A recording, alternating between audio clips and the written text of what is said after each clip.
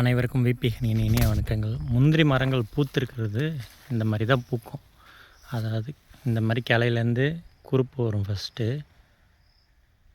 இந்த குறுப்புலேருந்து திரும்ப இந்த மாதிரி முக்கு வரும். முக்குலேருந்து இந்த மாதிரி பூக்கள் வரும். இது இப்போ அன்சீசன் டைம்ன்றதால கம்மியாக இருக்குது பூக்கள். இதுவே சீசன் டைம்னால் எல்லா துளிர்லேருந்துமே ஒரு துளிர்லேருந்து இப்போ இதெல்லாம் இந்த துளிர்லாம் இன்னும் குறுத்து வராமல் அப்படியே இருக்குல்ல, அதுலேருந்துமே நமக்கு பூக்கள் வரும். தொடர்ச்சியான, அதாவது அடுக்கடுக்கான பூக்கள் இருக்கும். இப்போ பார்த்திங்கன்னா இந்த ஏதோ ஒரு கிளையில் ஒரு இடத்துல பூ இருக்குது, அவ்வளோதான். மற்றபடி பூக்கள் பெருசாக இல்லை.